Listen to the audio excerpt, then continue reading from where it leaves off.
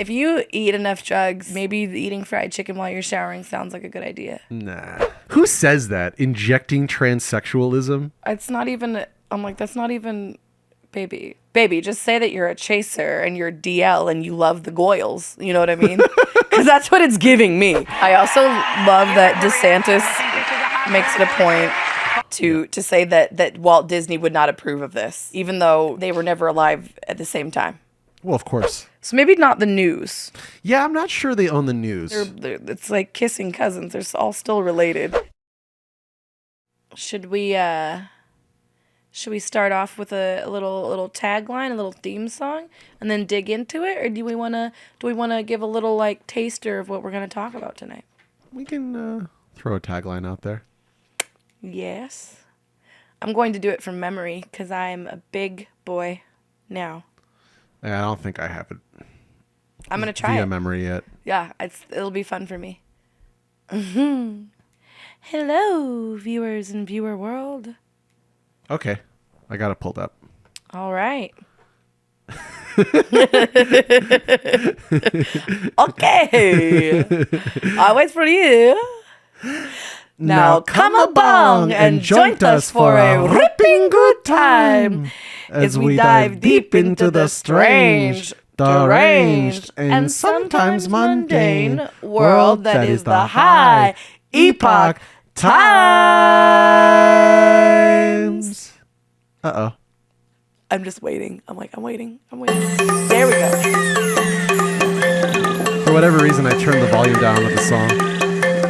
Give me the weed, pass me a joint, let's hold it high. That is the point. Have you a puff?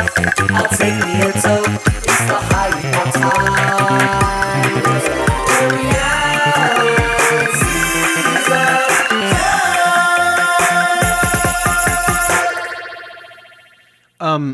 What weed are we smoking today? Alien Labs Moongrown. It is the baklava. Okay. And What's that percentage like? Oh, of THC? THC. Total THC is 26.47%. That's a lot. 26 point...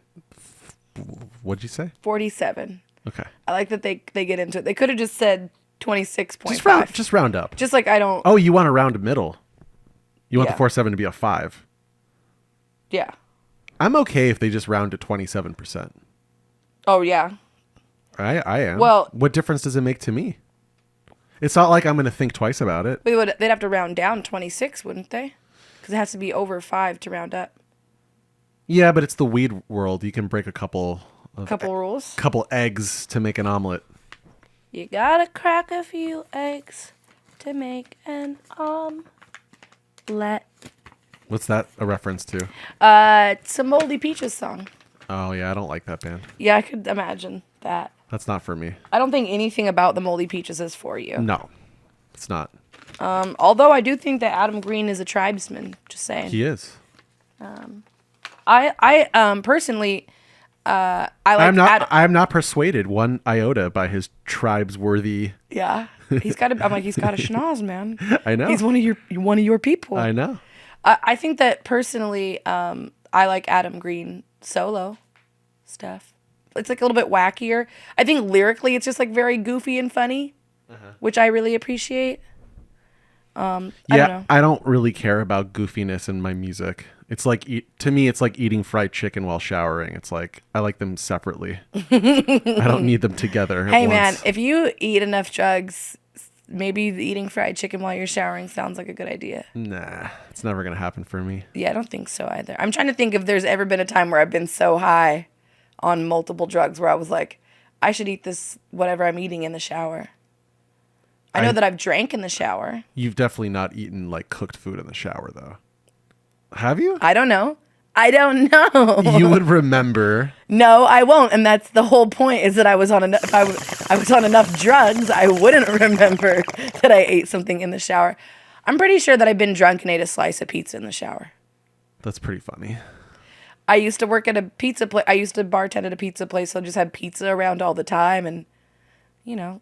skateboarding and pizza and beer and stuff, bro. I don't know, man. Shotgun a beer with me, man. Do you believe that there's a such thing as pizza metal?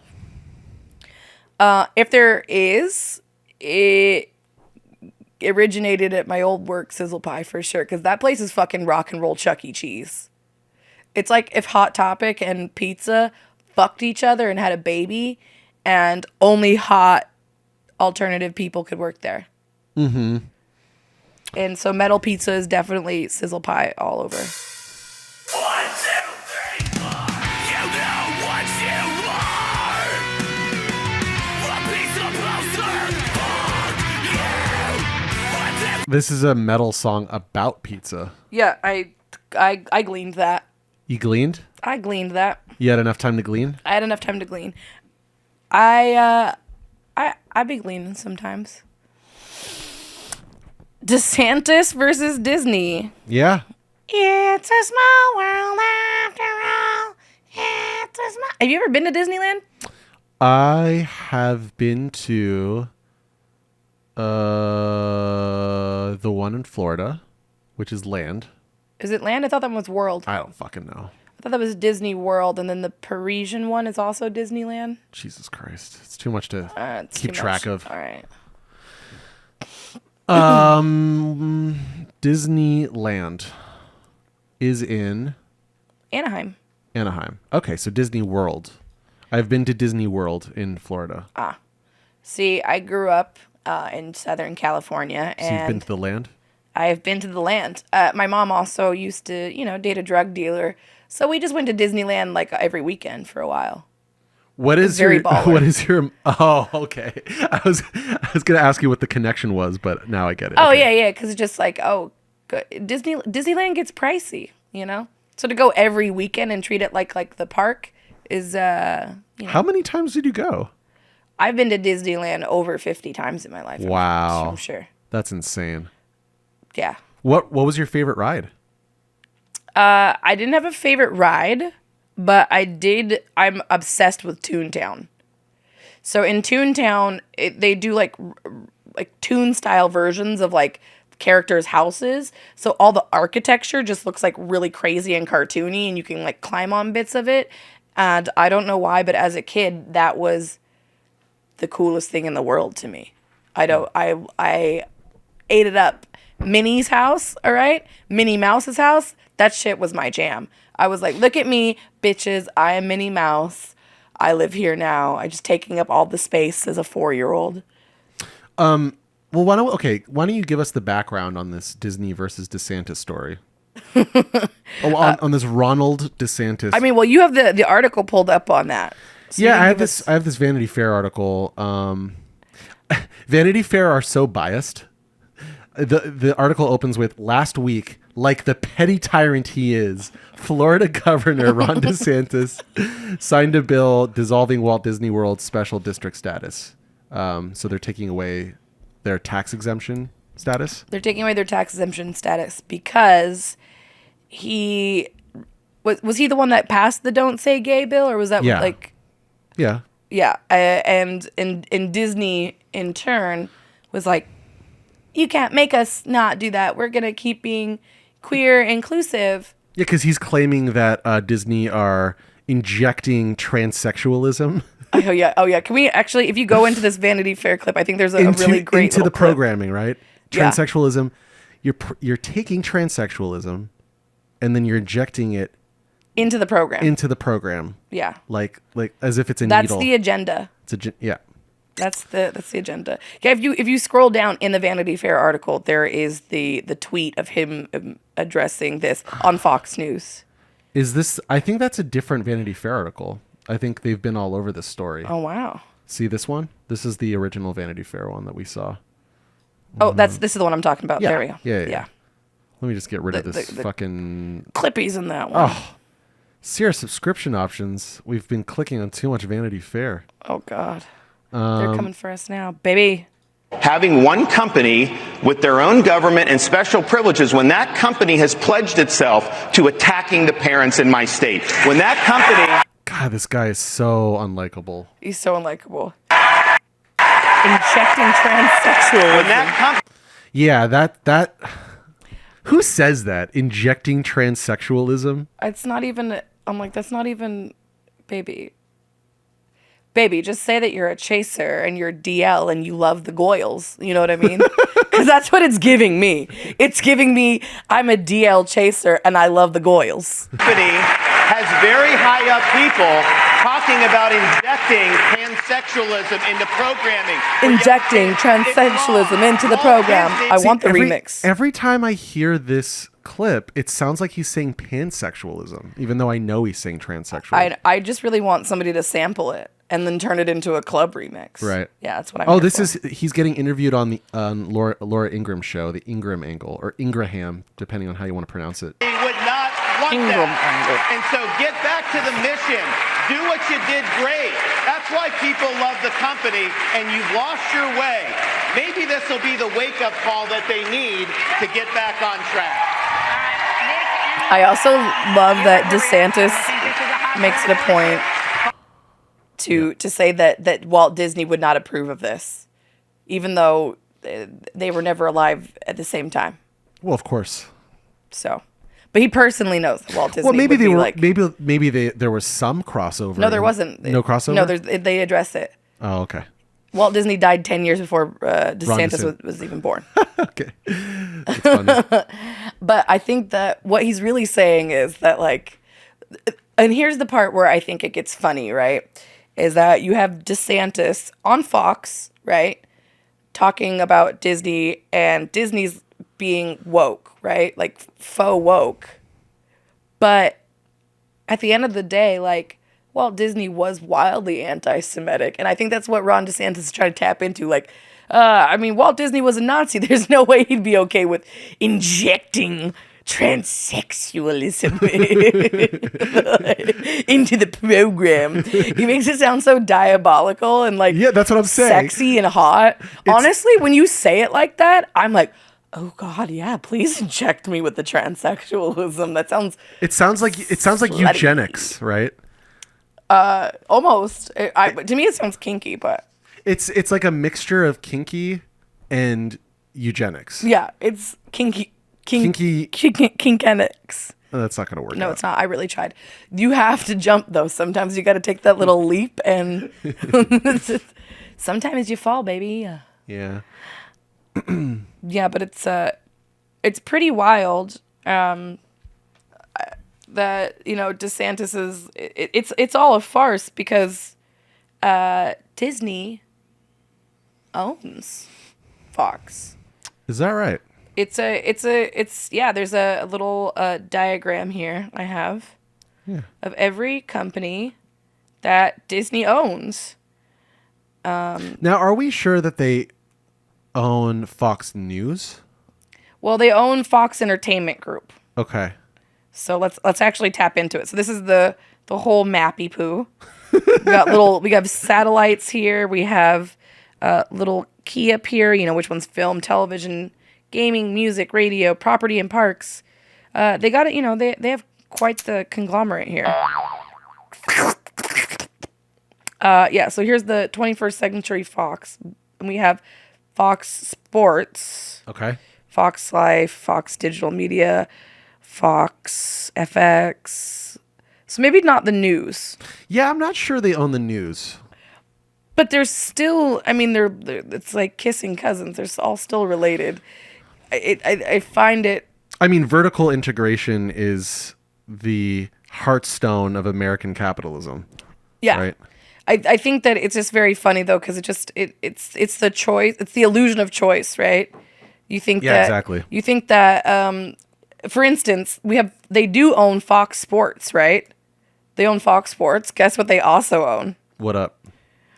Wop wop wop wop wop. ESPN. I was gonna say, is it ESPN? And then you said ESPN. Yeah, so it's like you think that you're like, oh, Fox Sports is competing against ESPN. No, they're not.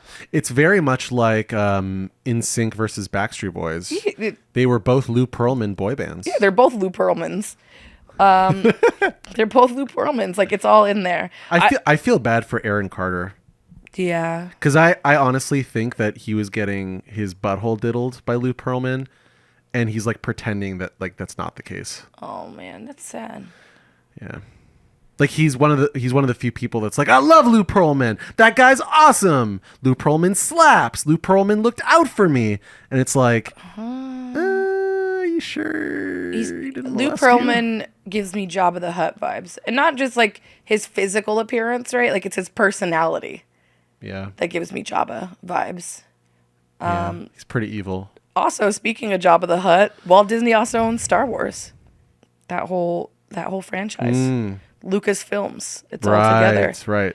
Indiana Jones. Yeah. Here we are right here. Here's the Lucasfilms right here. So all of that stuff is related. You know, we have Walt Disney Animation Studios. We have Touchstone Pictures. We have Pixar. We have Marvel. Can you explain to me what comprises a Disney gay? Quote unquote. A Disney gay is a very specific type of homosexual. I'm Disney gay, like just for the record, as I speak on this, I'm Disney gay adjacent. Right. I'm more of like a theater kid. Right. That can be into Disney. Like I'm not gonna lie, Aristocats soundtrack slaps. Jungle Book, a ba-ba-dee beep beep beep. Love that shit. You and I both know Disney gays. Yeah, we both know Disney gays, and so Disney gays are this perfectly odd little subsection of queer people that are Disney obsessed. They tend to be what I like to call homonormative. You know, like there's heteronormative. Mm-hmm. They are very much so the homonormative, where it's like, I am a dyke that likes baseball, and my very femmy lipstick wife is obsessed with Disney and being a princess. And so we have the fucking annual pass, and we go for all the different events. We go for Disney Gay Day. We go for Dapper Day. I have some very close. Well, not very close, but I have Is Disney a group gay of people. more of a man thing? No. Or it applies to the whole queer community? Disney gays can be any gender and any orientation within the spectrum. Got it. You find them everywhere. I will say this though. Yeah. They do tend to be cis. Okay. They do tend because, and this once again I think goes back to the homonormative. It's like, I don't want to say that they're turfy lesbians, but I sometimes I feel like they lean turfy, and I feel like when I find like Disney gays, they usually are just like, you know, like the WeHo types that are like, yeah. Do you know the Disney employees staged a walkout over this Don't Say Gay bill? No, I didn't. Let's check it out. Here's for NBC News.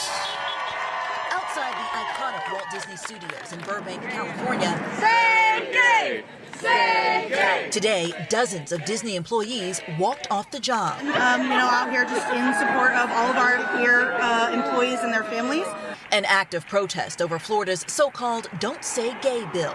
If signed into law, it would ban classroom instruction on sexual orientation or gender identity in Florida in kindergarten through third grade. But a new national poll on the issue shows 51% of those responding support the provision, with 35% against. If you are out protesting this bill, you are by definition putting yourself in favor of injecting sexual instruction to 5, 6, and 7-year-old kids. We're back to injecting. He loves this thing This- about. it's Ron DeSantis have like a needle kink that we don't know about? I don't know, but it's like a lethal. It's like the fucking death penalty. Like they're using like a lethal injection of telling your son They also that you're gay or trans. So the thing that I have, the issue that I have with this, right, is like there's this obsession with what they're talking about. Like they're gonna be talking about gay sex and fucking, and like that's not what's happening. Right. Of course. And also on the flip side, right? On the flip side, you have like straight people, right? Like little kids will be at the playground, right? And like a little boy will like, you know, chase after a little girl, and they'll be like, "Oh, look he's a ladies' man," or like, you know, like the idea that like straight people aren't sexualizing children is like, no, straight people do that all the time where they're like, oh, he's going to be such a, there's like clothing, like little baby onesies, rompers that it's like lady killer, or like the ones for the women where it's like, you know, my daddy won't let me date until I'm 50, right? Like, but that's not sexualizing children, or like, it's so bizarre. Like, it's just like, come on. Like, nobody's saying like, oh, we should talk to kindergartners about butt fucking. Exactly. No one wants. Nobody's like, you know what we should do? We need to tell fucking kindergartners that it's okay if two dudes butt fuck. Yeah, you know, like, yeah, exactly. Which it is. It's great. It's a wonderful thing. But it's not for children, because sex is not for children. Like, we're talking about like, it's okay if Kyle has two daddies. Exactly. Right? That's what we're talking about. Right. It's okay. Like, and also, I don't remember any point in my education growing up where the teacher talked about their own sexual orientation. Like kids, well, I'm a lesbian. That never happened. Although, shout out to Mrs. Murdoch, my high school lit teacher. She was gay. She was very gay. And she never was out to us, right? Was she a U-Haul lesbian? I don't know. Oh, wait, isn't that the term, U-Haul lesbian? Yeah, but U-Haul refers to like how quickly you move in with somebody. That's how would I know? She didn't come out to us.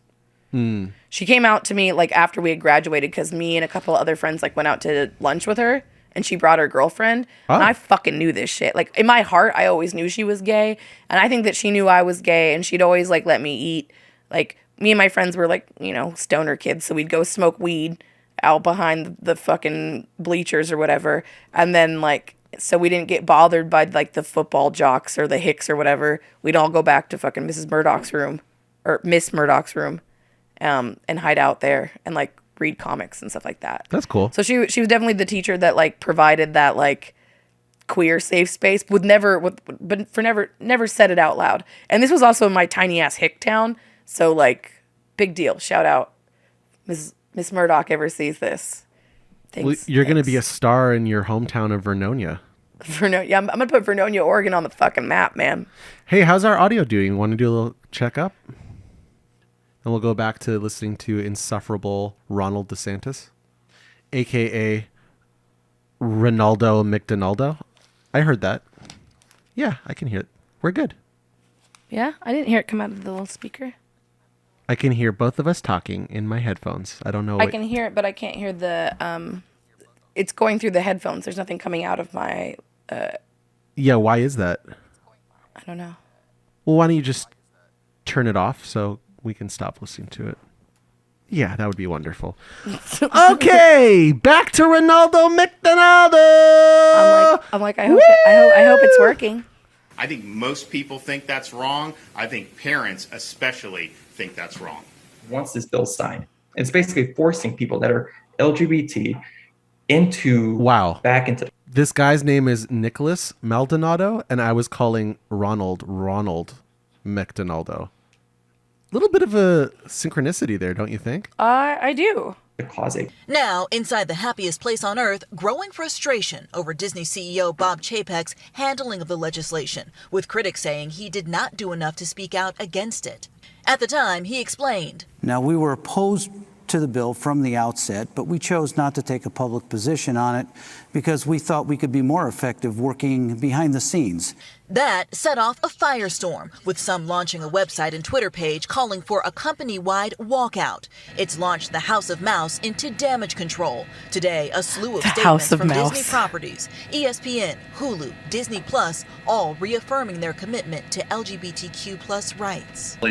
You have seen now a number of Disney brands come out on Twitter forcefully rejecting the premise behind the legislation. This was the reaction that Disney could have done from the jump. And if Disney had done this from the jump, you wouldn't be seeing the same level of angst and protest among employees. At an employee town hall Monday, Chapek apologized again and admitted he made a mistake in handling the situation. The company also announced a listening tour. This man should not be bald. Yeah? Yeah.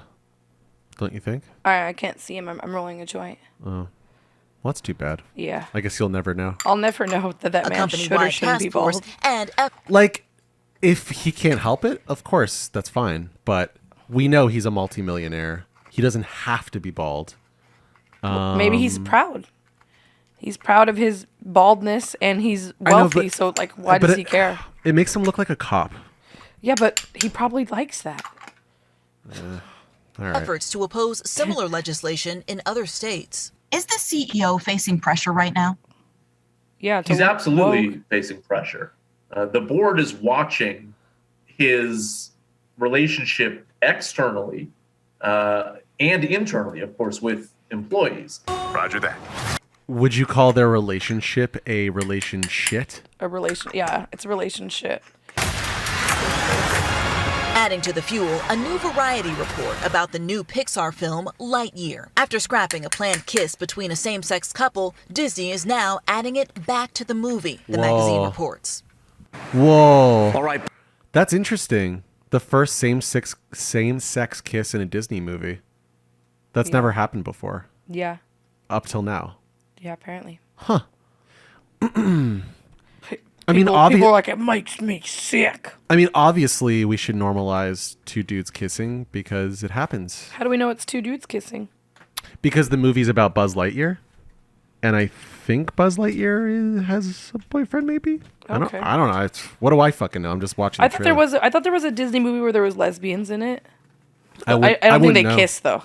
I wouldn't know because I don't watch Disney movies really. Yeah, I'm an anymore. adult. I don't watch Disney movies, unlike Disney gays. Blaine It's just not Alexander for me. joins us now from right outside Disney World in the Orlando area, of course, in Florida. Blaine, we saw there in your story a protest at Walt Disney Studios in Burbank, California, but there was a different story on what happened where you are there in Orlando. Also, Disney's a very different story, Tom. We only saw one employee out here today, so certainly a very different response from what we saw out west. But remember, Guess what? What? New Toro y Moi album. Oh, that was you? Well, I was doing a noise Yeah. with it. Are you trying to get our car started? This is the music. Oh, is the car starting part? I thought you were putting a special effect in there.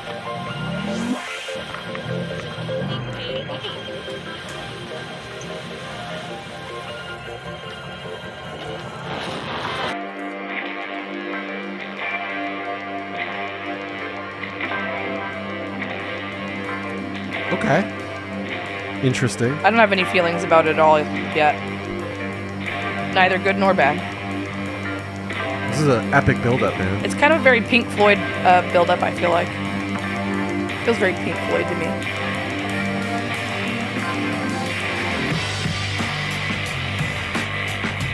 Okay, and now this feels like very 90s to me. Yeah.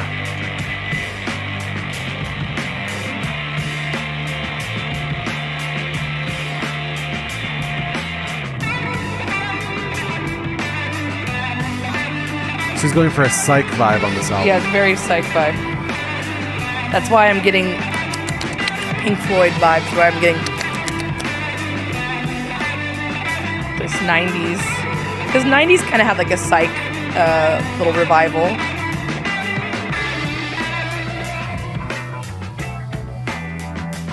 You know, you had like Lenny Kravitz trying to do like the Jimi Hendrix rock vibe. You know? Yeah, this is Leonard Kravitz adjacent. Yeah, this is definitely Leonard Kravitz adjacent. Is this like an instrumental intro or something? Right. This is like if like Lenny Kravitz like took some good drugs and like made a new album that we liked. Yeah, I totally agree. Can we just say that it isn't Toro y Moi and that this is Lenny Kravitz's new album? Be like, damn, this new Lenny K slaps, man. Also, I just want to start calling him Lenny K because Can we call him Leonard K? I like Lenny K because it gives me like Kenny G vibes. Oh, that's true. You know? I like this. I like it, yeah.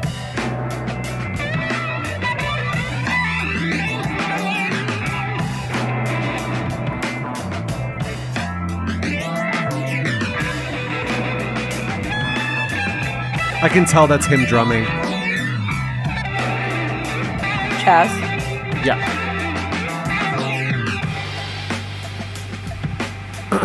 It sounds like a non-drummer drumming, which as a drummer, I know when that's happening. Yeah. Yeah. You're like, oh, that's cute. Exactly. It's like charming. You're like, that's so cute. That's like a that charming... you decided to do the drums when you're not very good at them. Yeah. You know, as somebody who doesn't play drums, I had no idea, nor could I tell.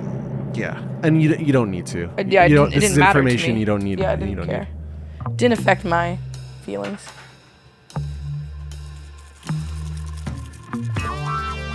I like it. Can we turn it up a little bit?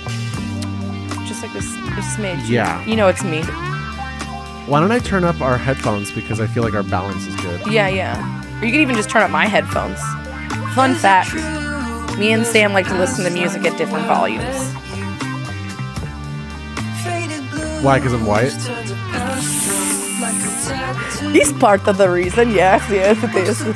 And because I'm white, I like to listen to music at reasonable volumes? Yes, you're trying to preserve your ears forever. And I want that shit to fucking like, gah, gah. I want it to ring in my soul. I want to feel it in my cells. Right.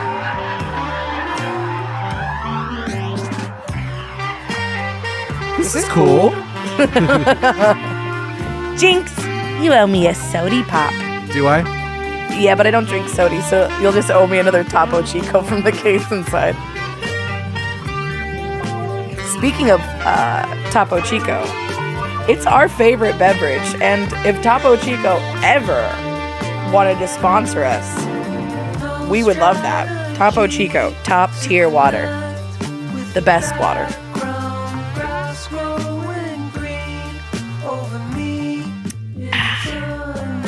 I feel sated.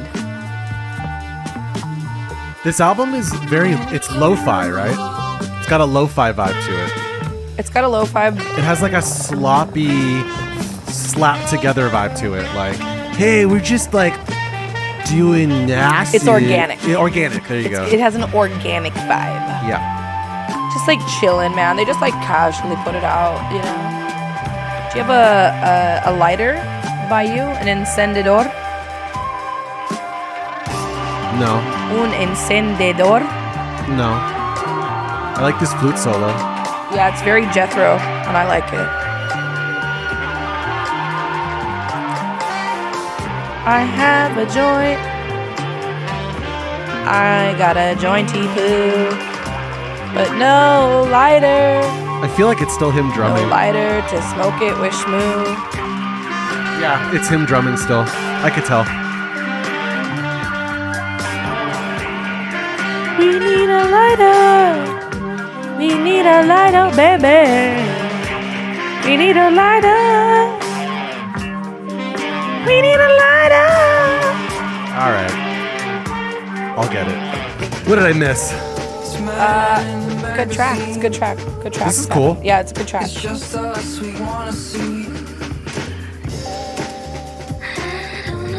It's interesting that he's like shied away from an electronic sound a little bit. Yeah, huh? That's him playing drums again.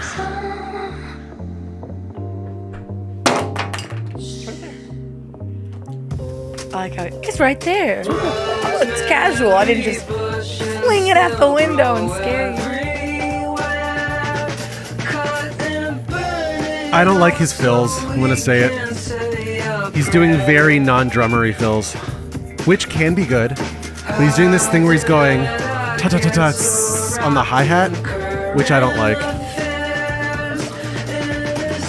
That part? Yeah. No, not that. Not that one? No. Not that fill? I'll point it out if it happens again. Okay.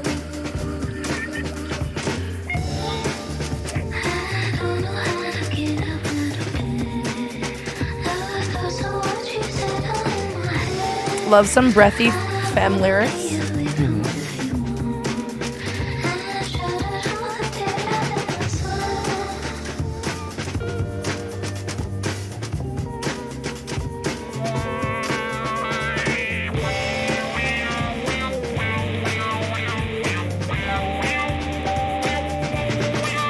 That Phil.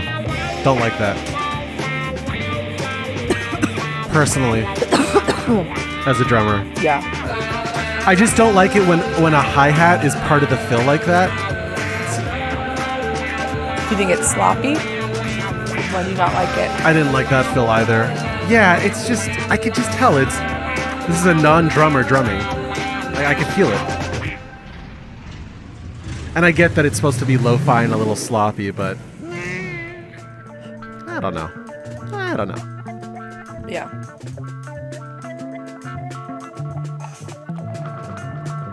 Yeah, clearly not the focus.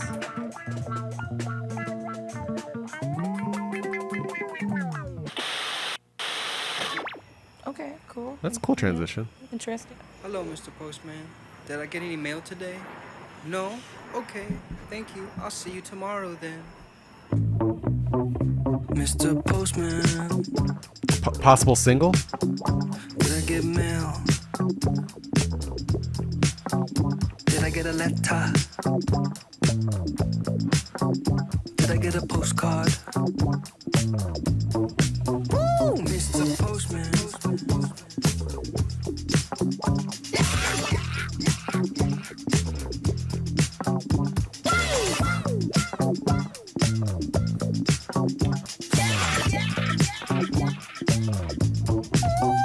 Just another bill to pay. Just another bill today. I don't know, man. I don't like it. I don't like it. I don't like this track. This track is the weakest track. Also, it feels like it's flimsy, like it's gonna fall apart at any moment. You know, it's not tight. It's not cohesive enough for me. And if you're gonna do a blues, fuck, dude, it better be good. Yeah, there's nothing about this that's good. You know, if it was the same thing, but the lyrics, the lyrical delivery, the vocals were like given to me spicier, more flavor. He's like singing, I'm like this, and it's very breathy and boring. If it was like a Screamin' Jay Hawkins delivering, right, where it's like, Mr. Postman, then I'm like, ooh, at least that's fucking weird, right? Like, I love Screamin' Jay Hawkins. P.S. So I used to have this book that would rate all the albums of an artist or a band, like star ratings. Mm-hmm. And I remember that there was a list at the back of the book. Yeah. Of like the worst albums of all time, the top 50 best artists of all time. And there was a Screaming Jay Hawkins album on the top 5 worst albums of all time. And I also, so on that list, I remember some of it at least. Yeah. You got Screaming Jay Hawkins, Todd Rundgren, Initiation, which I love. We've listened to together. Yeah, it's fucking great. Yeah, that was on it. Lou Reed, Metal Machine Music. Which is like, okay, I see that. I see that, but come on, the worst of the all. worst? Come on, Metal Machine Music is at least like a piece of art. It is a thing. It's a thing, right? It's better than a Rothko. Sorry. That's subjective at that point. Is it? At that point. Is it? Is it though? Yeah. You're gonna look me dead in the eye and say that Rothko. Metal Machine Music is like very noisy and dark and aggressive. Yeah. And Rothko is very the opposite. It's like very calm. Yeah. Just a couple of colors. What it's trying to achieve is the opposite. Okay. Okay. I'm gonna tell you right now, this album cannot go above a 7 for me. It's not. It can't. It's good. It has a good vibe. There's nothing on it that I will sing again, or like it won't get stuck in my head again. And like I said, as a drummer, the drum performances. Do you know what it sounds like to me? What? Because I record drums all the time, right? Yeah. It sounds like he did 1, maybe 2 takes per song, and then just went with it instead of like working on it. Like, do a bunch of takes, edit together the best, it's called comping. Comp the best parts of the takes together. Or don't. If you want it to be completely analog, play it over and over again until you get a great fucking take. But don't give me this like, you haven't played drums in 2 years and you're just like, the take that you captured and kept for the record is you dusting off the cobwebs kind of thing. That's what it sounds like to me. But again, that's very subtle, and I'm a drummer, and I'm very sensitive to that. Yeah, I don't think anybody else would pick up on that. No, probably not. But it's because the drums aren't like any focus, right? Right. But the drum, if this like if this album was a dish, or like the songs were a dish, right? The drums are like the mashed potatoes that aren't doing anything. Like not even. It's like you got the lighter, or do I have the? I know I have a lighter. You know, I just realized I have a lighter too in my hoodie this whole time. I think maybe. Hold on. Yeah, this whole time I had a lighter in my fucking hoodie. That's high key stoner energy. So stoner energy, bro. That was the first decent fill I've heard all album. Just happened. Yeah, the intro was cool. It was building up, and then like when it landed, it wasn't an explosion. It was just, oh, I'm here. And it was like an elevator. Yeah, right. Like you think it's a rocket taking off, but then you like get to the top, and the elevator actually just goes ding, ding, and then you get off, and you're just on the 12th floor. Well, the 12th floor is like a nice fancy restaurant. Yeah, it's nice. It's good. Yeah, no, it's good. Is this track gonna be cool? Okay. Also, I'm gonna be honest. I don't like the car revving thing that's been a theme throughout the album. Well, the album cover is a car, right? Yeah, I don't like it. That's a personal thing though. The car theme? Yeah, I don't like it. Because if we're doing a car theme, I haven't heard Let's Drive Fast Through the Desert yet. I haven't heard that song. And if you're going to give me a car-themed album, I want to Drive Fast Through the Desert song. This sounds like it could be cool. This sounds cool, though. I learned to love the rain last year. I was stuck in the ice so clear. I was going wild that year. Different drummer on this track. Then I had to sit right here. Still sounds sloppy. The drums are doing more, though, so it makes sense that it's not the same drummer. Yeah, I guess. But it's not really. It's the garnish. It's not a part of the main dish. I really love psychedelic lo-fi music like this. Yeah. But I always find the one thing that gets flaked on is the quality of the drumming. And I know I'm a drummer, so I'm biased. Yeah. But I do feel this about a lot of records. But I feel that, that's why I enjoy your drumming so much, though. Well, that's what I bring. That's what I bring to the It's like, wow, this is... It's like, wow, it's like having mashed potatoes, right? And normally people are just giving you a boiled mashed potato. There's nothing in it. But with your mashed potatoes, there's like... I've melted cheese in it. I put some bacon chives. bits. It's loaded potatoes, for sure. Yeah. They're creamy. There's like different textures in it. You're like, what did you put in here? What is different here? So this is good, right? But my mind's not blown, and it's not making like... It's chilling, but it's not changing my life. I'd put it on at the beach. I'd put it on if I worked at someplace. Yeah. Like that. This part's good. This part's good. I need more harmonies like that.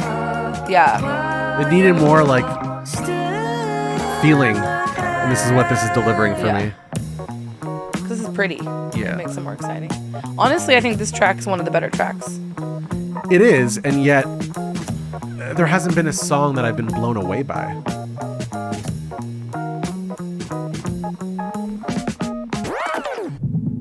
I like that.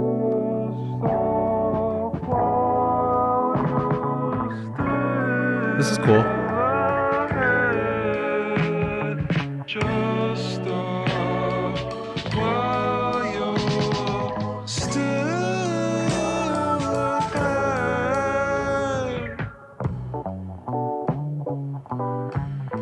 the same song, just like slowed down. Yeah, he's messing with the tape machine. Tape speed. This is cool. Yeah, I like all the sound design stuff. I don't like the car. Yeah, I know you don't like the car. But the rest of the sound design is fine. I guess this is like a road trip, right? A road trip album. Now he's arriving in like a new destination, and this is like his experience of that place. Okay. Because this song's called Mississippi.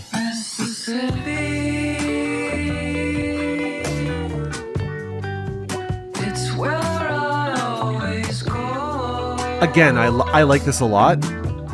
Do not like the drum performance.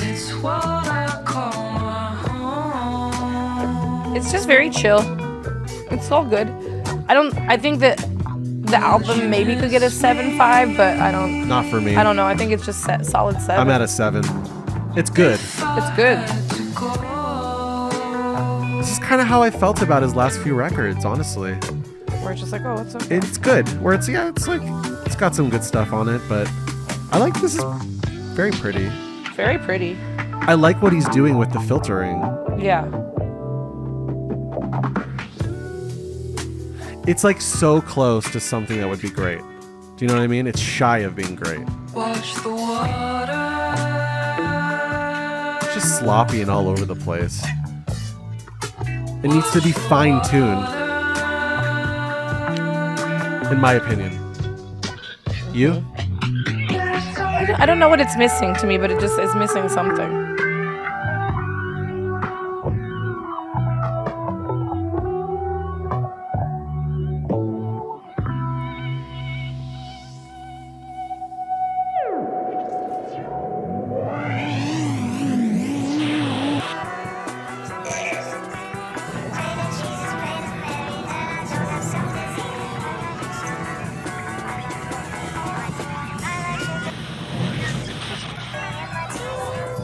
I like all this stuff. Yeah, I like this. It just needs to be tight, like, the songs need to be tightened up. That's where I'm at with it. This sounds tighter. Of course, the drummer isn't Chaz. You can see on the credits. It's not Chaz, and I can hear it's not Chaz.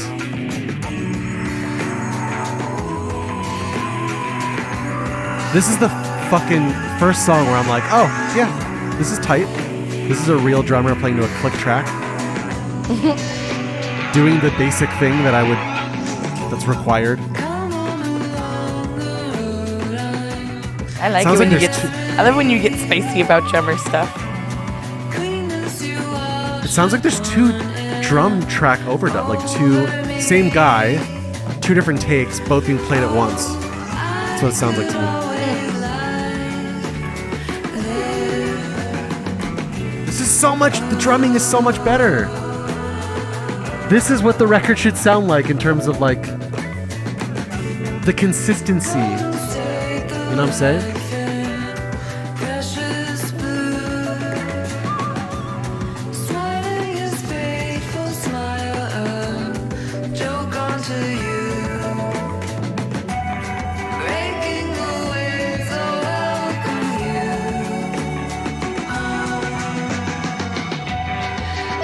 Dude, he shouldn't have played drums on this album. Yeah? Yeah. Is that your opinion? That's my opinion. So you just shouldn't have played the drums? No, this guy should have. This guy should have played drums on the whole record. The whole record.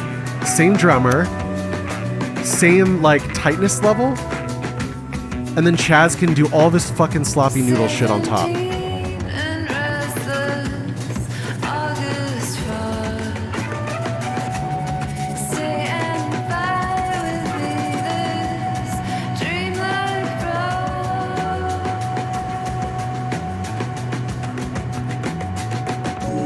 How many more tracks?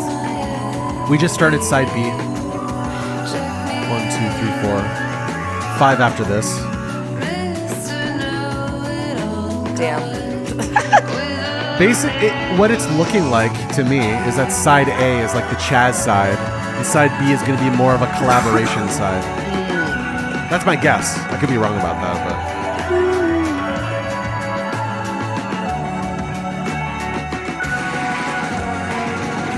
Did you hear that, Phil? It was just like on the level.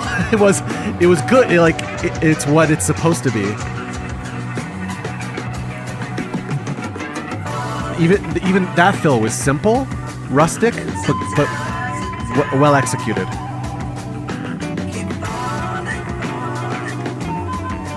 I think this song's too long and too wondery. It's like chill. It's like chill, exactly.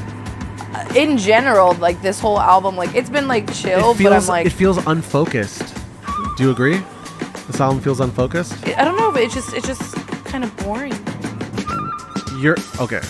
Oh no! I know that's Chaz on drums. I know it. And look, I'm looking at the credits. I'm correct. Yeah. All right. Not bad. This is actually his best drumming on the album so far. Okay. All right, just don't fuck up. Okay. Aw. He couldn't keep it up. I knew it was too fucking good to be true. Yeah? Yeah! Is that why it fades out like that? Yes. It's like, I don't really have anything else left in the tank. Let's go. I knew it. I fucking knew it. Drama! And I can tell that this is Chaz again on drums, and sure enough it is. Someone's got to tell this man to stay off the kit. Or he needs a better producer. The problem is he's the producer. He's the singer, bass, guitar, drums, background stuff, producer, right? Yeah. He either needs another person that's the producer who can get better drum takes out of him. Yeah. Or he needs I can't read it on this YouTube video. The drummer for Clarity for song? I can't read that. Too stoned, bro. Buddy. Too stoned, dude. This track is kind of like whatever. I don't like his drumming on this at all. At all. Actually, I don't like this at all. I don't like what's happening. I'm unhappy. Oh, I like that. Foreplay. Clarity. The guy who plays drums on Clarity. Okay. I find his drumming annoying. And do you want to know something? Why? So I don't agree with this opinion, but it's interesting. You know, the music critic Anthony Fantano, aka The Needle Drop? Yeah. He doesn't like Chaz's vocals. Yeah, I don't like him either. You don't like his vocals, eh? No. They're too breathy and slow and just they don't do anything. They don't really go anywhere. Like I like that this is organic and lush and so, like I like that. But it's not fully fucking realized. Like the drumming is not cutting it. He sounds like a fucking it just sounds amateurish. It sounds like good musical decisions made by someone who's not even like decent at drumming. This is like I like those edits. Yeah. That's what we need more of that, please. More of that, please, to fucking You're getting bent out of shape on these drums. He's bending me out of shape. You're really like he has access to good drummers. Yeah. I feel like he's a little. It's just.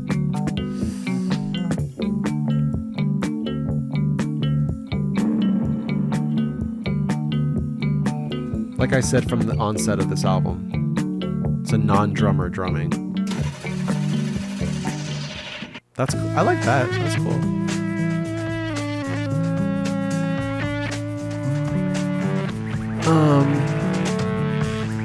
Fuck, it's him again, I think. On the drums. Like, let it go, man. Let it go. Mercy, child. Like the bass is cool. What do you want right now? The lyrics, like the vocals aren't bad, they're just plain. I think I'm free, but I'm tired down. This is not accessible enough too. Like this is not gonna expand his fan base in any way. Do you know what I mean? Like it's not. I'm not sure there's a purpose to this album. I don't like the drumming. I'm down to a 6.5. I'm sorry. I have to knock points off. Wow. I have to. I'm at a 6.5. Can I have the joint, please? You're like, I need to get. It's upset. It's upsetting listening to potentially great ideas being dragged down by not good performances. And if that makes me a pompous prick, then so be it. Oh, I already have it. I'll keep mine. Have yours. Dirty dancing in a tiny town. Like this would be so much better if it was on a click track and you had some like electronic percussion or like. This sounds like Wanna Be Back to me. It does, yeah, exactly. It sounds like Wanna Be Back, but not doing anything like weird that Beck new would do. or inventive. Like if this, I mean, obviously not Beck now because we know Beck's well is ran dry, but yeah, I don't know. This is bumming me out because I like the song. I like what's happening. I like the vocals. I like the guitar, but it doesn't sound fucking cohesive. It's all over the place. And it's because they're not playing to a click track, I don't think. I think what's happening here is he's playing the drums first. Yeah. And then he's overdubbing the drums. Which if you're not a good drummer, that's a big mistake. I wouldn't even do that. And I'm like a quote-unquote good drummer. I wouldn't do that because quote-unquote good drummer. Sam's an excellent drummer. well, whatever. If I did that, I'd be like, this sounds terrible. It sounds sloppy. Uh-huh. You know that's not him on drums, right? Can't you just feel it in your bones? No? Not really. Oh, for me, it's like. I mean, there's certain ones where they obvious. sound I think, but I don't know. This is a different guy than the drummer on track. Than on Clarity, track 1 of side B. But. I don't like this album very much anymore. Like I'm getting very tired of it. Yeah, I might even be at a 6. I want it to be kind of over a little bit. Are you at a 6? 6.5. 6.5. It's not a strong album. It's not bad. It's not bad. It's got good ideas. It's got a good flow. If I was just like in a car not paying attention to it, fine. Underneath the Pine is way better. Way better album.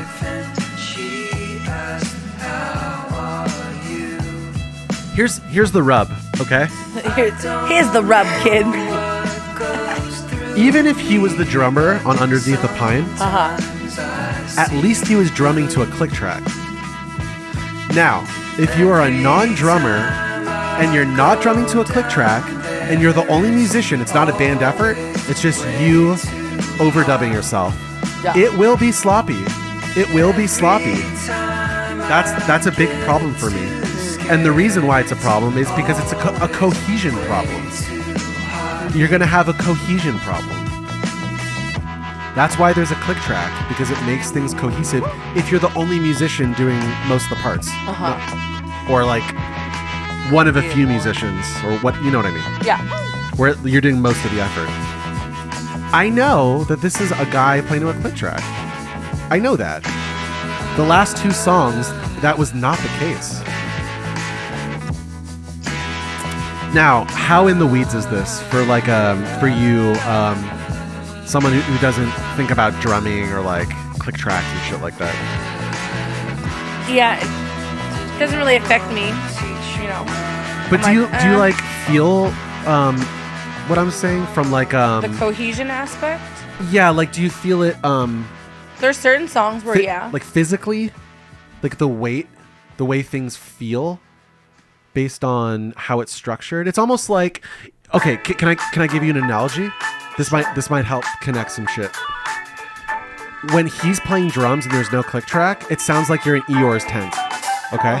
The last song sounds like a house that was constructed by a contractor. Do you see what I'm saying? There's a flimsiness. There's a flimsiness to it. You know that's not him on drums. Please tell me. This feels like a solid floor. That is a professional drummer playing drums. Feels like a solid floor in a house. That's a guy who knows how to play drums. Is there Do you hear that? Do you hear what's going on the hi-hat? That's a pro. That's good hi-hat work.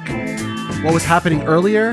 It's very bad hi-hat work. You remember how I commented? Yeah, you didn't like it. You did not like it. Oh, I fucking remember. We've been hearing about you in your dislike of the drumming and the fills. This is frustrating for me because this is so much better. Fuck, man. He should have just made the record with the two good drummers. The whole record. Yeah. He shouldn't have fucking touched the drum kit. Not a single time. When a human being can play a hi-hat like that, you have no business. You have no business trying to. Why do you think? So why do you think that is? Why that happens? Ego. Ego? Hubris? Like, hubris, man. Thinking your shit doesn't stink? Yes. Anyone who makes I'm shouting from the rooftops here. If you're a solo artist and you're doing all the parts and you don't you play drums every once in a while, like you're a good musician, you can play everything good enough, right? But you don't play drums, right? You would want the best drummer. Yes, and or you have to play to a click track. Now, if you're a good drummer, I know people who can do all the parts and overdub it and it sounds great with no click, but it's because they're good at drums, right? Yeah. The problem here is he's not. So if you're not good at drums, which is fine, by the way, I'm not a snob. I'm not saying you can't make a great record and be bad at drums. Yeah. Pavement, bad drummer, love it. Yola Tango, bad drummer, love it. I can name a bunch of bands who are fantastic and the drums suck. Okay? But they do what they need to. They show up and they. It just. At least it's cohesive. Like, okay, with Pavement, it would drive me crazy. There are songs where Stephen Malcolmus, a non-drummer, jumps on the drum set. It's like, dude, this is too sloppy. I know people love it. People love it. I don't. To me, it's like, come on. This is not good. But there's a certain when the normal drummer. You're such a spice. I love this thread that we're on because you're a fucking spice boy when you talk about drums. It's because I'm a drummer. Yeah, this is what I do. I'm passionate. You're very passionate about it. You know this is not Chaz on drums. You know it in your bones. Please tell me.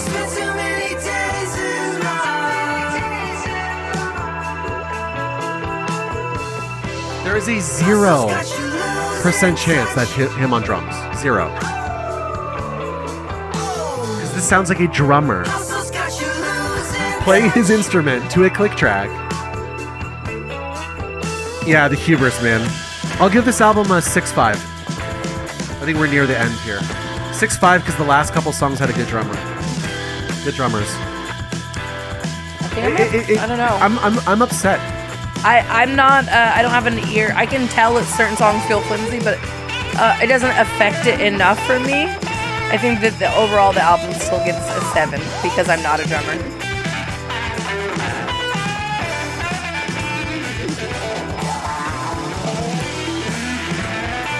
Like this sounds loose, but it's tight loose because they're playing to a click track. So everyone can go nuts, but the drummer is walking the sidewalk. Yeah. When Chaz is playing drums, there might be a pothole. You might walk into a pothole. This track's good. Yeah. Good way to end the album. Dude, I Definitely am one of those stronger This tracks. is a 6.5 that could have been an 8.5. Because if he had the two good drummers playing on the whole album to a click track, I would have been happy. I would have been like, this is great. So that's my raw, from the gut opinion. I think it was good. For me, a couple of tracks were a little bit too chill, boring. You know? Oh, we're a minute away from the album being done. Cool.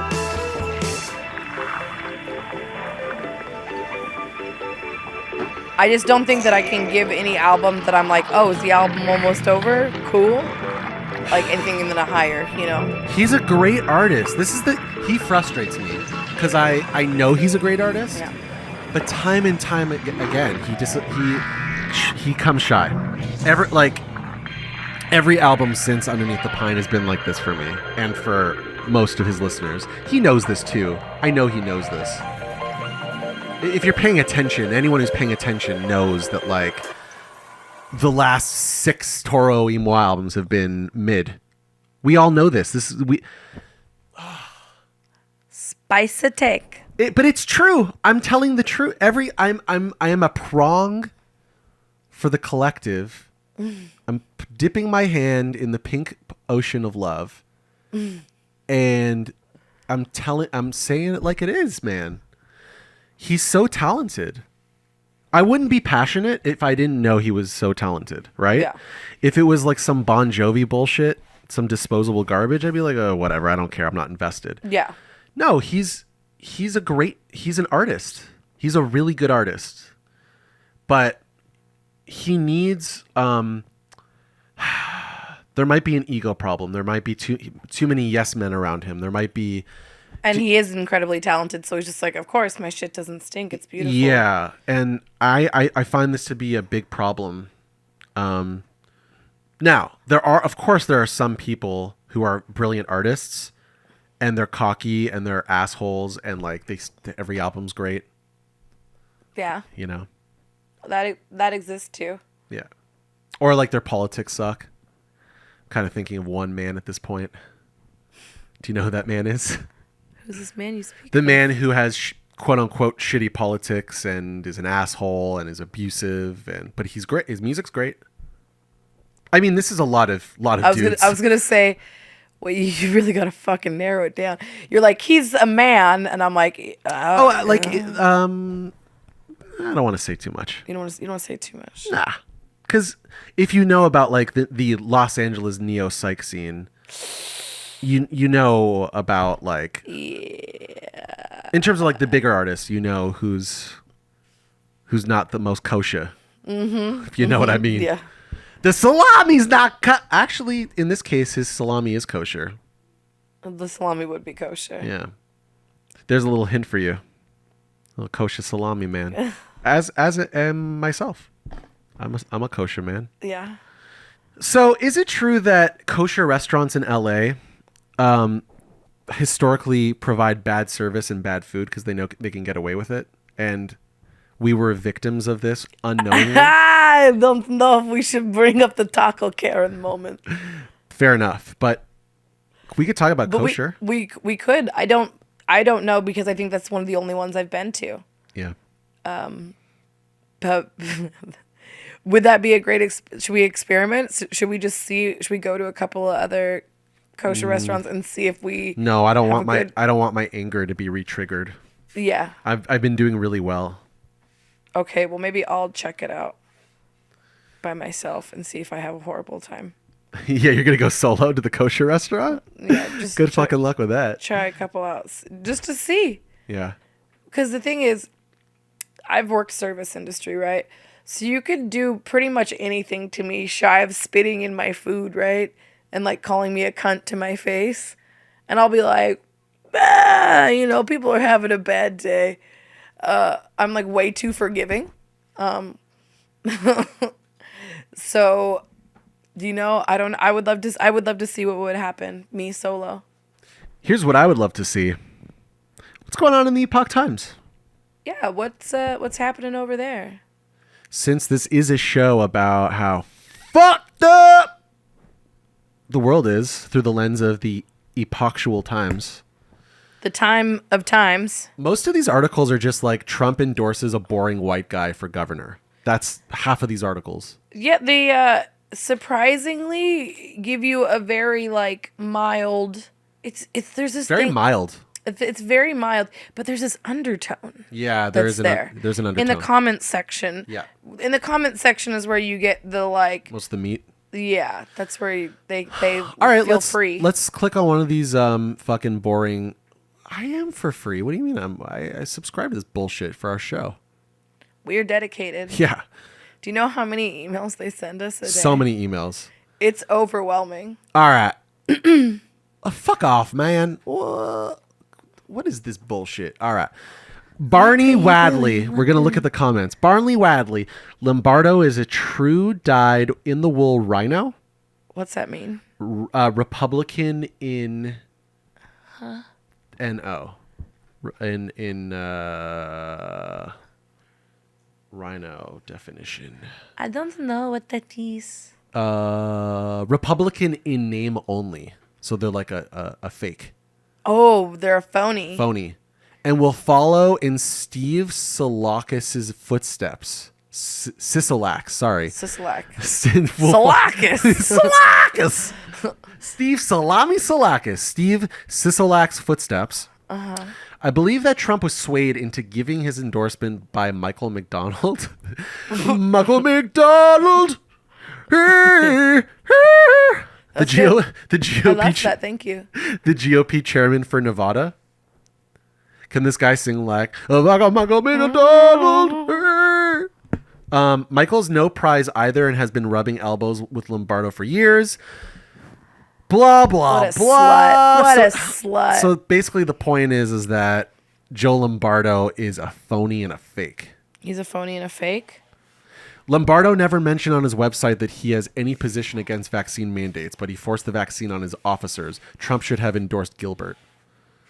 Gilbert Gottfried, R.I.P. So this is a Clark County sheriff. This guy. This is a cop. I was like, oh, well, no wonder. Press on, Sheriff Joe. You are Sisolak's worst nightmare. You know where all the dead bodies are buried in the desert? For your information, Nevadans, no government, legislator, or public official has ever made Clark County schools a huge priority. Schools have been ranked 48 to 49 in the nation for over 50 years. Drugs, sex trafficking, and rock and roll are always number one where public officials are concerned. So she thinks that this boy's dipping his dick in cocaine? What? Oh, yeah. God's pissed now. Drugs, sex trafficking, and rock and roll are always number one where public officials are concerned. Yeah. Okay, the lady's got the term. It's called sex, drugs, and rock and roll, not sex trafficking, drugs, and rock and roll. Maybe that was her trying to be cheeky. Yeah, well, it's not. I'm just, lady, come on. I also just don't know what she means by that. Okay, according to Charles R., I feel like we've seen Charles R. before. Ugh, Trump needs better people around him because he has and still is endorsing the wrong people. I love this rhino dem. These rhinos. Yeah. Exactly. Who is advising Trump to keep endorsing rhinos? Yeah, so I think according to Trumpistan, Mitt Romney would be a Republican in name only. Okay. Because Romney is outside Trumpistan. Even though he probably has fucking voted with Trump 90% of the time. Right. I would assume, I don't know that. You know, why don't we look this up? Oh, let's not make assumptions. Mitt Romney has voted with Trump percentage. Tracking Congress in the age of Trump. He's got a 75% Trump score. Which actually for a Republican is low. Really? Yeah. So he's a rhino. 75% of the time he falls in line with Trump, which sounds high, right? But that number for people who are like Trumpistan, that number is like 100. Oh, yeah. So like the fact that 25% of the time he doesn't, that actually makes him pretty spicy. A little bit of a spice boy. Wow. Predicted score. How often Romney is expected to support Trump based on Trump's 2016 margin? 70%. Interesting. Oh, interesting website, by the way. What? Tracking Congress in the age of Trump. This is so we're looking at 538, which is Nate Silver's polling website.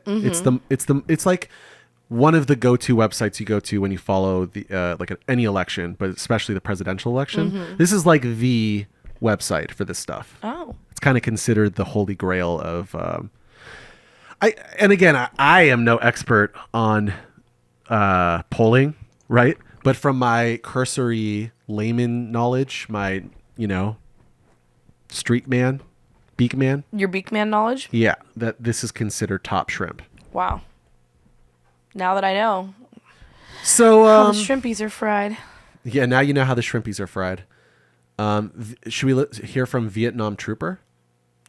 Yeah, I want to see. Okay. First, before I get into this, yeah, I'm gonna play Vietnam Trooper. Okay. You play. Do you see how there's a reply? There's a comment to the trooper, Angelo C. 1961. Yeah. Okay, so you're gonna be that person. Cool. Yeah, sure. Okay. I am a Northern Nevada resident, an ardent admirer of Donald J. Trump, but I have to say that I'm very disappointed in his endorsing Lombardo. From what I've heard, Lombardo speaks one thing, but behind closed doors does something else. Much criticism of his secretive holding back of info on the Las Vegas 50+ shooting incident. That's very sad. Oh, yeah. There's so many shootings in Vegas. It's disgusting. He seems to be a quote-unquote slick Willie that will say anything to get elected. Caveat emptor. Mm-hmm. Can we just take a moment to enjoy the phrase Slick Willie? Slick Willie. Do you know what I want to do? What? I want to be free. I want to free Willie.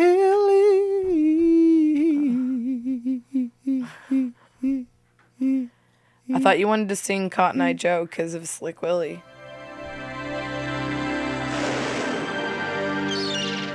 Imagine if the world you lived in, the space you breathed in, yeah, and the freedom you played in. How's our sound? We just turn it on for a few seconds. I'll know. Imagine if the only person who knew how you felt was a boy. Wow. You really like him, huh? Yeah. Gotcha. In a world where beauty is held captive, Where boy and whale become best friends. It takes a special friend. Willie doesn't have a problem with me. You know what? I would love to be fucking best friends with a whale. I'm not gonna lie. Looks like Willie's got himself a soulmate. Oh, I want a whale soulmate. What's the matter? Whale's still not performing. We're getting deeper into this. He was too big Wonderful. and too old to be caught in the first place. You can hear us? Yeah, you can hear everything. I thought we were good forever. Yeah, we were great forever. I think we're great forever. I think we're good forever. Warner Brothers proudly presents. Let's free Willie. Also, you know what's fucked up is that what year did Free Willy come out? 1993, I believe. And I gotta do what's best. Yeah. Okay, and you remember that documentary Blackfish? Yeah. That came out, what, 2015 or whatever? Sure. Yep. Free Willy came out warning us. It showed us. It showed us how fucked up SeaWorld was, right?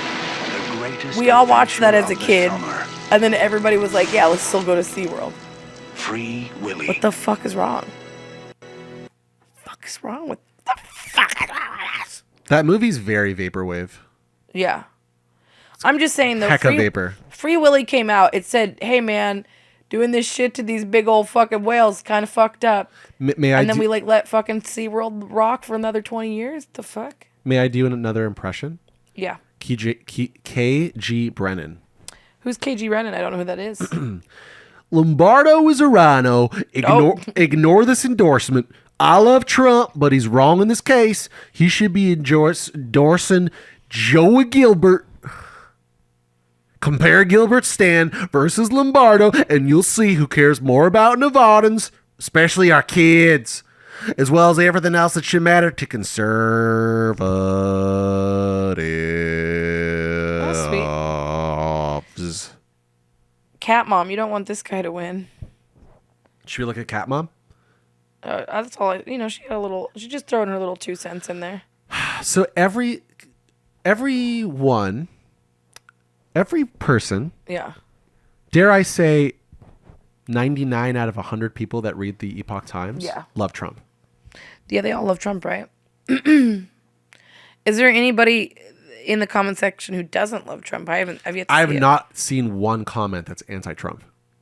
No. Even though they don't like his endorsements, they love him. First Oz, now this guy. Like, people don't like that Trump is endorsing Oz because he's definitely a rhino. He's a plastic man. Plastic man with your plastic plans. I want to say that Dr. Oz is sketchy. Yeah. Would you say that? Yeah, I would definitely say that. Washington got COVID wrong. They got the economy wrong, too. Biden's reckless spending caused inflation. Bad trade deals shuttered Pennsylvania factories. Wall Street outsourced your jobs to China. Now, you and I know that America has the best workers, technology, and values. What's missing are leaders with the courage to fight. I'm a conservative outsider. I can't be bought. Together, we'll take back our country, reignite the economy, and get America working again. What is the correlation between a conservative outsider and therefore, ergo, you can't be bought? What? What? The fuck? Fuck you can't? Conservatives are the most bought. I thought that was common knowledge. That's what their thing is getting bought. Yeah. What? Conservatives are the most corporate, pro-capitalism. Sweetie, your whole ass is hanging out. It's not real what you're saying. I got a pee-pee. Nobody knows what you're saying. That's not real. Yeah. They're just talking out their ass. Go pee-pee. That is what you're gonna do. Go pee-pee. 'Cause you're a schmoo. You know what's very interesting to me is that Vice is also owned by Disney. Vice, this we talk about counterculture bullshit. Still Disney. Disney. Everything is Disney. Everything is Disney. I do have a soft spot for a few Disney soundtracks. That's why I said I'm like Disney gay adjacent. I'm not a Disney gay. I've dated Disney gays, but I myself am not a Disney gay. I've been to Disney a lot. So if there was like a Venn diagram of like being gay and going to Disneyland a lot, I still fit in both of those. But I'm personally not a Disney gay. But I have to think there's some of those songs slap. Aristocats, that soundtrack slaps. Everybody wants to be a cat because the cat's the only cat who knows where it's at. Come on, that slaps. It's fun. It's festive. What the fuck are you talking about? Are you talking about the Play Cats? No, I'm talking about Aristocats, a Disney film, because I was talking about. I went back to the Disney map of a little diagram of everything they own. Because I was talking about Vice. Vice is owned by Disney. Let me elucidate here. Yes. Everybody wants to be a cat because a cat's the only cat who knows where it's at. Tell me, everybody's picking up on that feline beat. Cause everything else is obsolete. What year did this movie come out? A square with a horn Good makes question. you wish Don't you know. weren't born. Every time he plays. Loved it, But though. with the square in the act, you can set music back. To the caveman days. I've heard some corny birds who tried to sing. 1970. Who knows how to swing. Ugh, yeah, this is a fucking slapper. Everybody wants to be a cat. A square with a horn makes you wish you weren't born. Every time he plays, oh, a rinky-tinky-tinky with a square in the act. You can set music back to the caveman days. Oh, a rinky-tinky-tinky. Everybody wants to be a cat. Look at her, the little girl cat, so cute.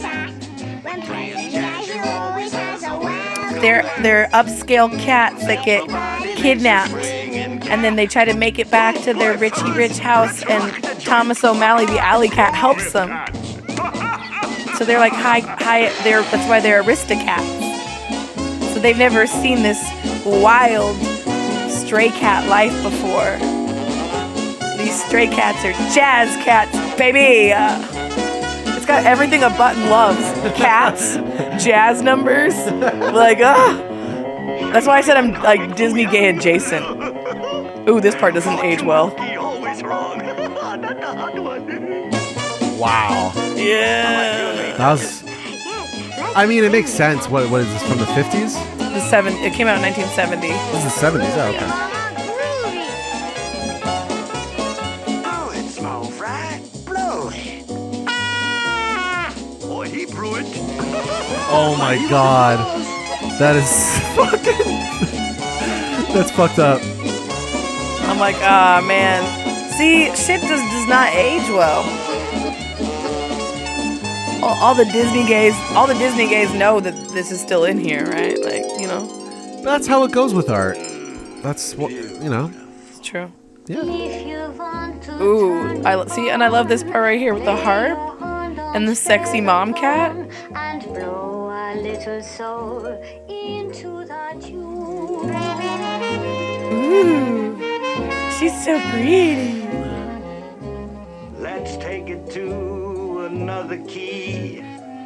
Modulate and wait for me. I'll take a few ad-libs and pretty soon. Come on, get back to the part where the whole apartment collapses. That's my favorite part in the movie. They're chilling right now. It's soft and smooth, and then they go crazy, and the whole place collapses. And as a kid, I was just like, wow, they really tore that house down. Yeah, baby! Yeah, move that arm.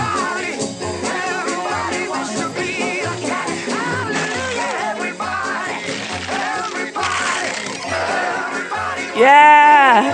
Fuck the house up! Fuck the house up! Smash the whole house!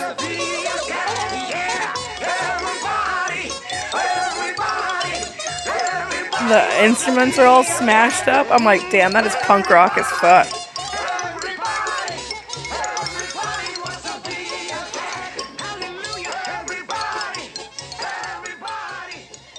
Interesting piece of music. Yeah, Aristocat slaps. How do you feel about the Aristocrats? Let's check out Gilbert Gottfried, R.I.P. R.I.P. Do you know about this? No.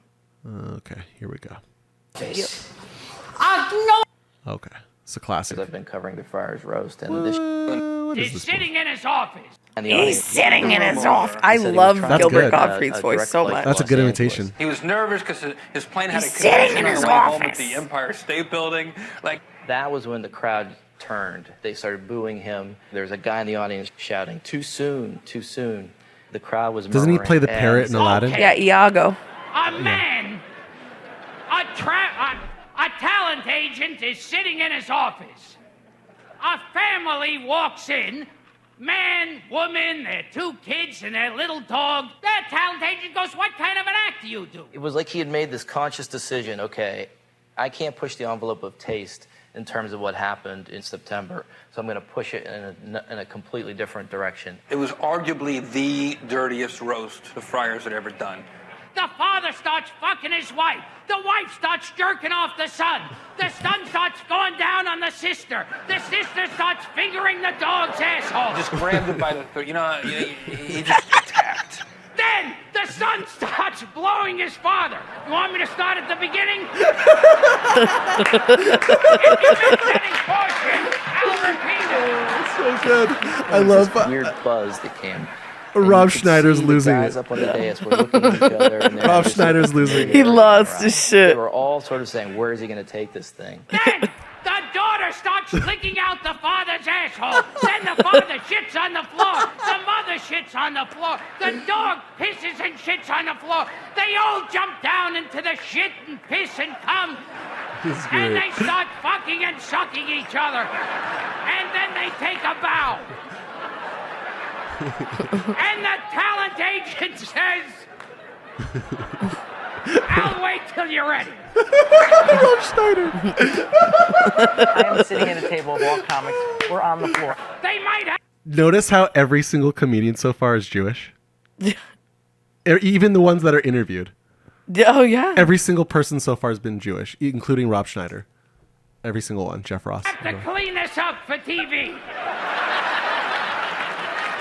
I was laughing because he just was going so big with it, which I can't imagine Gilbert Gottfried doing. Drew Carey, not Jewish. Gentile. Yeah.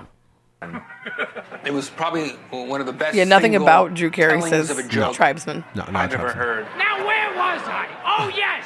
The son is licking out his father's asshole. Rob Schneider. Couldn't catch my breath. He's losing it. They Fucking amazing. suck each other and they take a bow. And the talent agent, did you miss any portion of this? The talent agent says, well, that's an interesting act. Right. Which is kind of an understatement. The laugh was so deep and Don't know if this cathartic guy's Jewish. that it was like people Might be were Gentile. coughing up pieces of lung. Just it was amazing. And a lot of these people who are watching him are up I'm on going to the guess dais, this they're all is in a Gentile comedy. man. And it was as if he had united everybody in that one moment because he told something I can't- that I'm on the they fence. all knew and they You all think- had some really? sort of handle on it. And But he I just think more Gentile focused for it, sure. Did it. I'm He feeling clearly Gentile. had impressed He a looks lot like of he works people at a in the room. computer store and listens to Tool. He And a pulled this perfect thing circle. out and did it. I think maybe so just because he's well bald and a and keppa would with such fearlessness. keep his head warm. take off the shiny There was little. a sound in the audience that you really knew that there was something was happening here that was outside. my Gilbert grasp. Gottfried's 9/11. Actually, before we go to 9/11, let's do also R.I.P. Also a Jewish comedian, Bob Saget from the same. Same roast? Well, it's the same movie, which is The Aristocats. Gigs around this great country, maybe in Vegas. It's kind of So like sort of. the movie is like every comedian does their own take on that joke, the one that Gilbert just told. It has to end with, so what's your act called or whatever. I think. Well, we'll see. Here's Bob Saget. Here's his take. Not really? Anyone? You want a little bit? Generals gathered in their masses. War pigs? Yeah. Just like witches at black masses. This is so good. He's so funny. Can I have the joint? Minds that plot destruction. He's so cute. Sorcerers of death's construction. He is really cute. I think I'm He's lovable. You can't help it. The bodies burning. As the war machine keeps only because that somebody once referred to me as the female Jack Black. You? Yeah. And I was like, I got very upset about it. poisoning their brainwashed minds. We have similar physical comedy. Yeah. But I was like, don't compare me to pudgy little man. How dare you compare me to pudgy little man? You're so cute. I'm not pudgy little man. I am very pretty girl. Yeah, you're adorable. But I also sometimes look like a little boy whose ball got lost in the neighbor's yard. And I'm just kind of sad about life. And I'm worrying about, when I come back to school next year, if my friend's going to still like me. And I just go like this. Jack Black is like good old-fashioned, wholesome, like goodness, It's hard for me to hate on that, right? No, I love Jack Black. I love his comedy. And I don't think that the comparison is a negative thing. I think I was just like young. Can I just say and that as I'm self-conscious. scrolling through Jack Black, Ben Shapiro reacting to Johnny Depp's trial pops up? Can we? Should we? We had Alrighty, a discussion earlier about how we weren't let's going go to through this. get into And I things think that are stupid and buzzy. Talismanic but- relationship for the future of marital Let's hear what Ben relations in Shapiro has America to say. and abroad. So tape emerged in Ben this Shapiro's such a trial little of Johnny Depp fucking dweeb. being very, very drunk in the kitchen. This is what good spouses do: is they tape each other in their worst moments. So here's tape of Johnny Depp. He's a drug addict, right? He's admitted to this. He's a drunk. He's admitted to this. None of this is a shock. People in Hollywood are deeply screwed up. Again, when I say this, I mean, like, I know a lot of people in You don't Hollywood. think the that number of them women's who are pussy normal, should get wet? I don't. Whoa. What? Ben Shapiro doesn't think that women's pussies should get wet. finds it disturbing. Because remember when Cardi B and Megan Thee Stallion came out with WAP?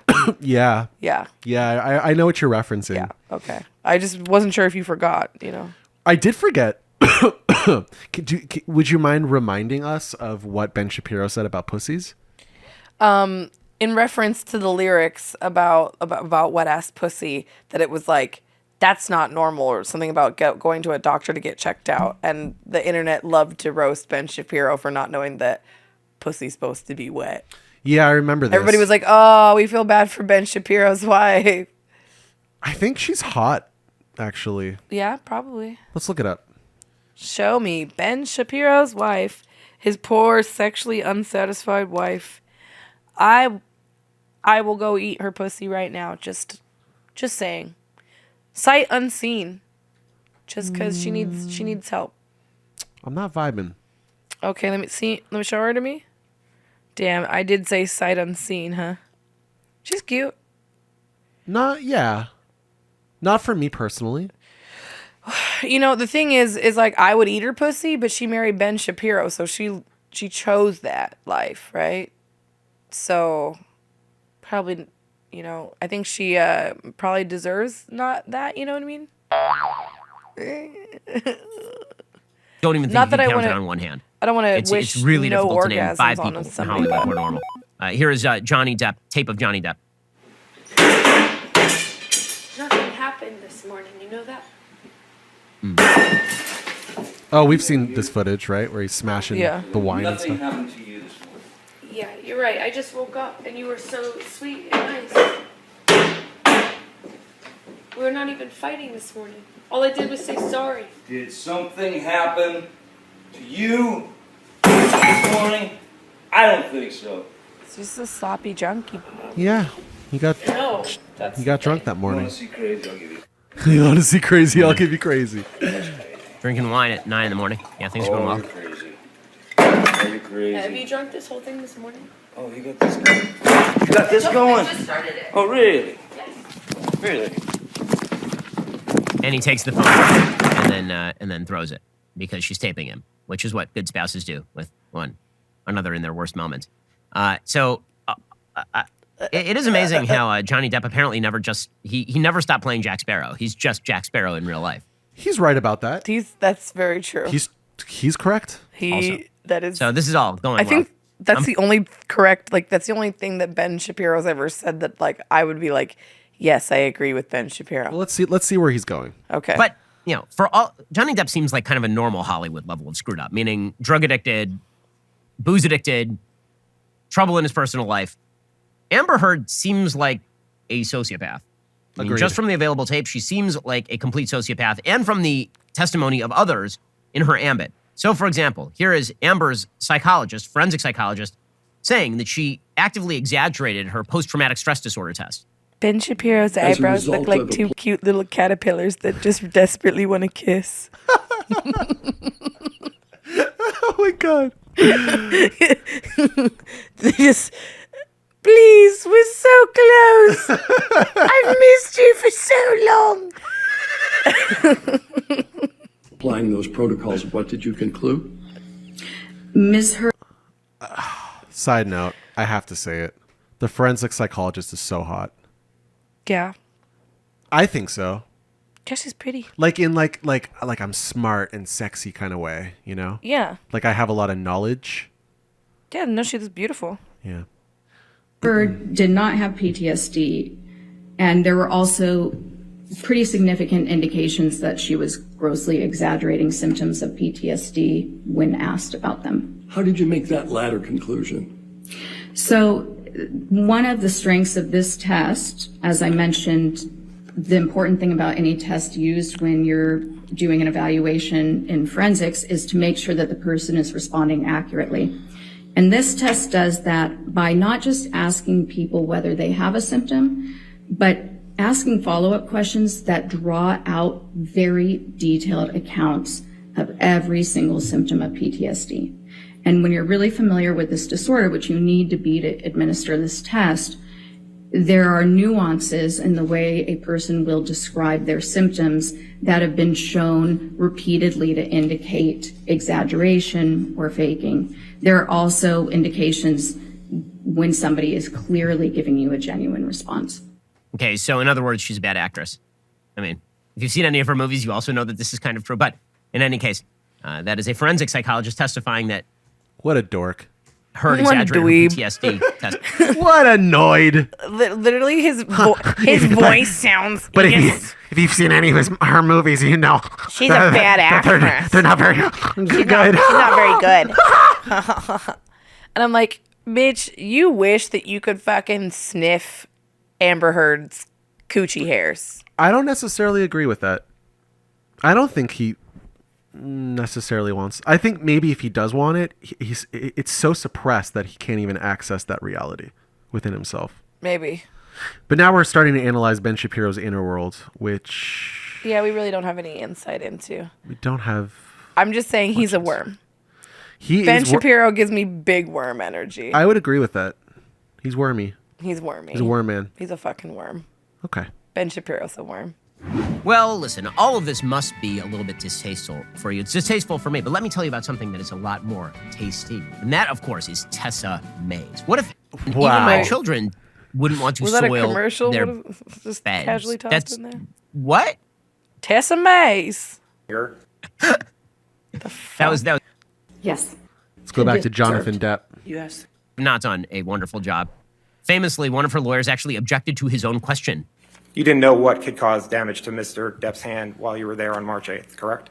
Dr. Gilbert told me he sustained an injury on one of his fingers. Objection, hearsay. Wait, you asked the question. Okay, he said he sustained an injury to his finger. Wow. That was not the only screw up by the attorney there. By the way, Holy shit. That's fucking crazy. Yeah. You're bad, doggy. It just shows how full of shit that Amber Heard's lawyers are, right? Don't you think they're full of shit? I think that everybody in that case is full of shit. Including Jonathan Depp. I think that they're both horrible. Hey everybody, I'm Rick Beato. On today's episode, we're going to count down the top 20 strangest guitar solos of all time. Now, okay. What do I mean by strange guitar solo? Well, Yeah, what I does that have mean? 3 different criteria. The harmonic content, meaning does it have some weird phrases, weird notes in it? The sound content, does it use unique sounds that you really kind of haven't heard before? Or does it have some odd techniques that you haven't heard? Now, most of these solos have a couple different things. Or is it a head scratcher? Like, what were they thinking? So the first solo, coming in at number 20, to me it is a head scratcher solo. This was released in 1980. Check it out. Ooh, love this song. Love Andy Summers. What is this? The Police.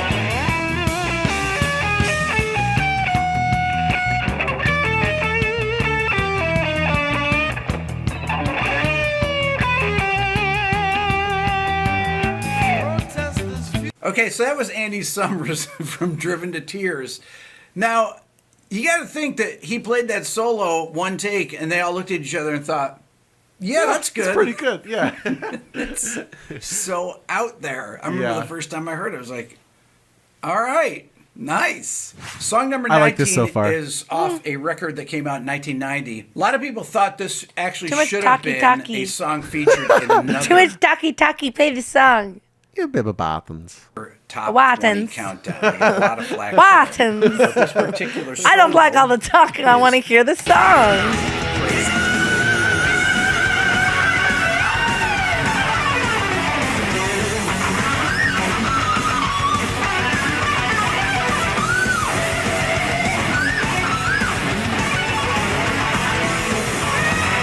I love Death's cover of this. Death's cover of this song is better than the original, in my opinion. An insane drum fill there right at the end. But I want to take this time to remind people to hit the subscribe button. I don't usually Yeah, shit. Black Hole Sun? Good choice.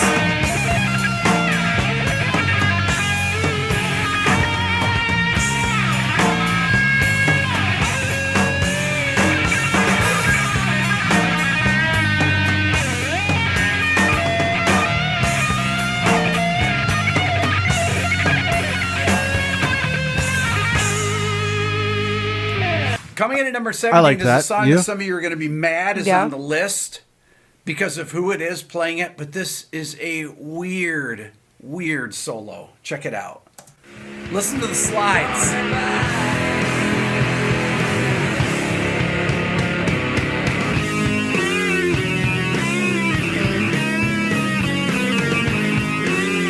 I mean, I like it.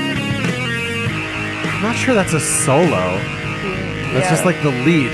Yeah. Coming in It's at the number lead. 16 is a solo that was featured in Yeah, I one don't of my really- What Makes This Song Great. So actually, a couple of these songs have been. This song is really complicated and strange because of the weird notes that it goes to, but okay, they're cool. always in key. Listen to it. I guess you're just what I needed. That's what I need. I needed someone to please.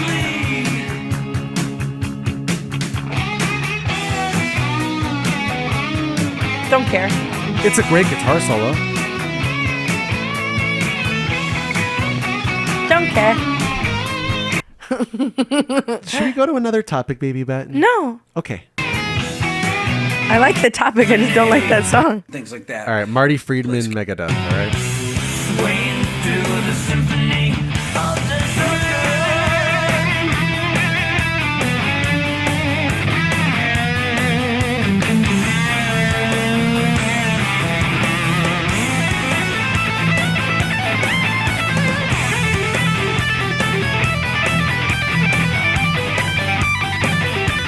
I like his little air guitar that he does while he's listening to him.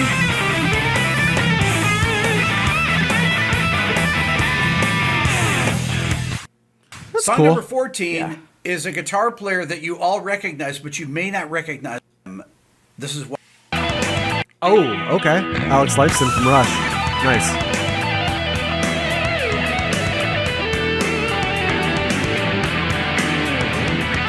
Rush rips. Let's do a little Rush after this. I love Rush. You turned me on Yeah? to Rush. I'm very happy to hear that. Let's just listen to Rush. You want? Can I play you some choice cuts? Yeah. Some deli- cut to the chase cuts. Can I play you a really wacky 80s Rush music video? Yes, please. You can watch it with me, right? Please and thank you. Yeah, I can watch it right down here by my little toes. This video is insane.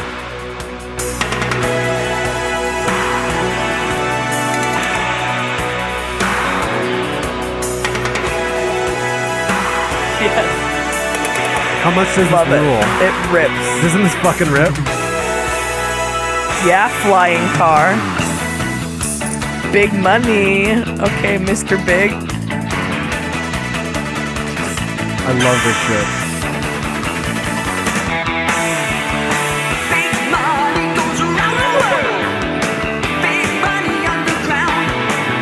Yeah, this is dope. Isn't this dope? This is cool.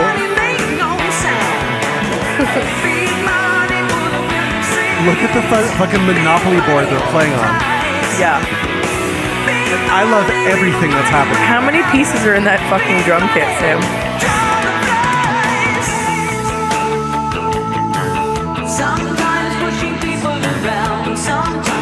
Ooh. Love that like little fucking neck wiggle he did with that bullet. Fuck. Balls. Definitely a beak man. Yo, he's a tribesman.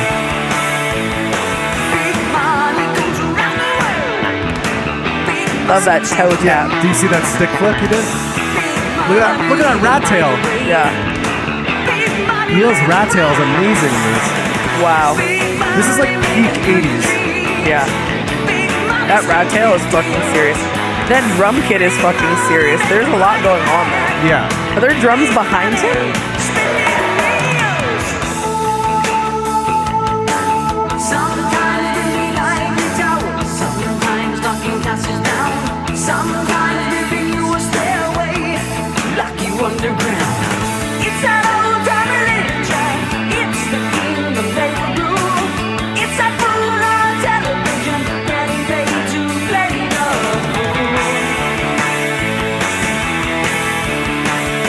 Should I grow a sick rat tail? Yes. I like how you didn't hesitate. This part's amazing. Give me the weed, pass me a joint. Let's all get high. That is the point. Have you a puff? I'll take